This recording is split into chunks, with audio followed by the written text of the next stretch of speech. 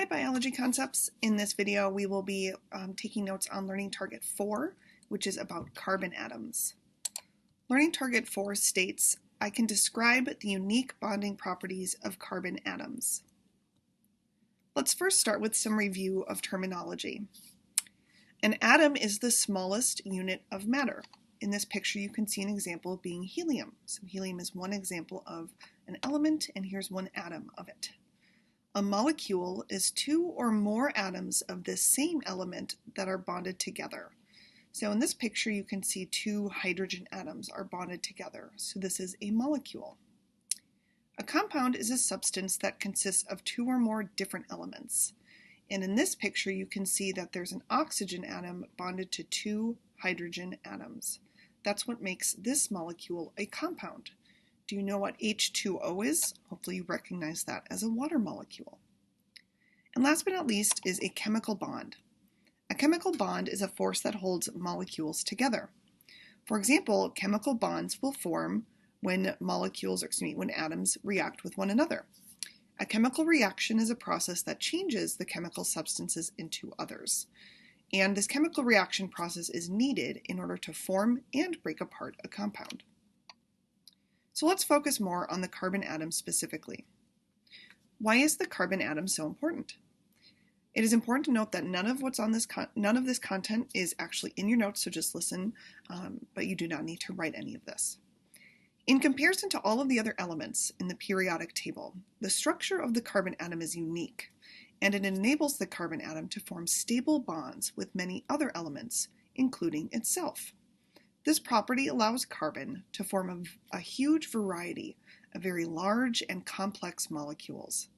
In fact, there are nearly 10 million carbon-based compounds in living things, including your body.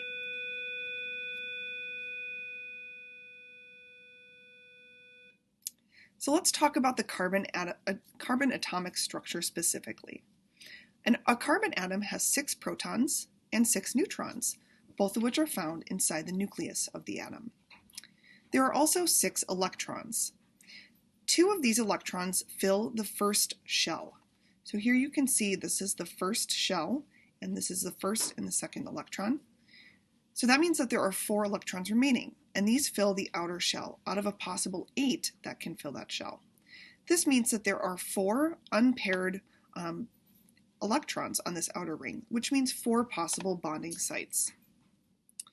Please draw this picture in your notes. Pause the video to do this.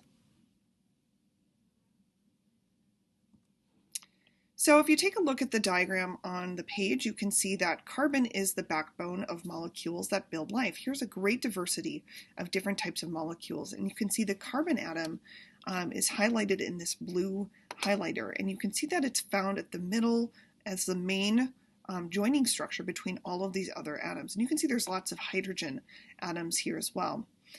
So it's important to recognize that carbon can essentially, think of that as like maybe the best Lego building block or the best K'NEX block, where you can bond lots of other things to it to build a great diversity of different types of compounds. So if we were to summarize what we've learned about carbon so far, we've learned that life is based on the carbon atom.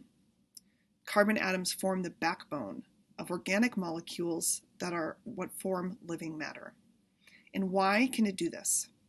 Carbon is a versatile element because it can form up to 4 bonds with other atoms. This makes it adaptable, flexible, and changeable.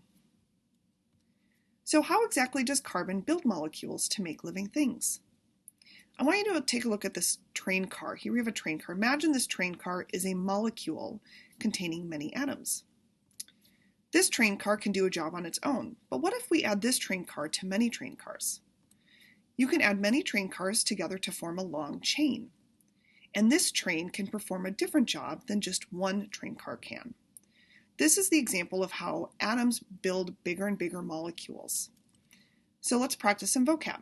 So this single train car is represented by the word monomer. The prefix mono means one. So the word monomer refers to one small molecule. If we build many train cars together, this is what we call a polymer. A polymer are many monomers bonded together. So some molecules stay small, but if we bond many of those molecules together to form a long train car, they can do different types of jobs. This is how carbon atoms form such a diverse array of larger molecules. So the overall structure of monomers and polymers, on your notes, make sure you label what is the monomer and what is the polymer. Again, the monomer is the small molecule, and the polymer is the long chain molecule made up of a repeated pattern of the smaller monomer molecules. Please take the time to label this on your diagram in your notes. Here's another picture. Here we have 3 children holding hands. If we repeat those 3 children holding hands in a long chain, you can see that we go from the monomer made of 3 to a polymer made of 1, 2, 3, 4, 5 repeated sections of the monomer. Let's talk briefly about how do organic chemists diagram molecules. So molecules can be illustrated in many ways in chemistry. They can be diagrammed in what we call skeletal formulas, which serve as a simplified version of a molecule. So in the upper right corner of your screen, you can see that we have 5 carbon atoms forming a pentagon shape, and many hydrogens in bonds coming off of those central carbons. Sometimes it's easier to just write the overall skeleton of the shape, because organic chemists know that each of these intersections represents a carbon, and that there is likely hydrogens and sometimes oxygens coming off of it. So in skeletal formulas, carbon atoms and hydrogen atoms are often unlabeled. Please take a moment to draw the simplified pentagon skeletal formula on your notes. In this unit, we will be learning about 4 major groups of carbon-based organic compounds. Tomorrow, we will be learning about carbohydrates, which you know of as sugars, and we will be learning about lipids, also known as fats. In 2 days, we will be learning about proteins and nucleic acids. Please pause the video and write these 4 in your notes. So let's summarize what you've learned today. In your notes, please answer these summary questions. Question 1. How many bonds can a carbon atom form?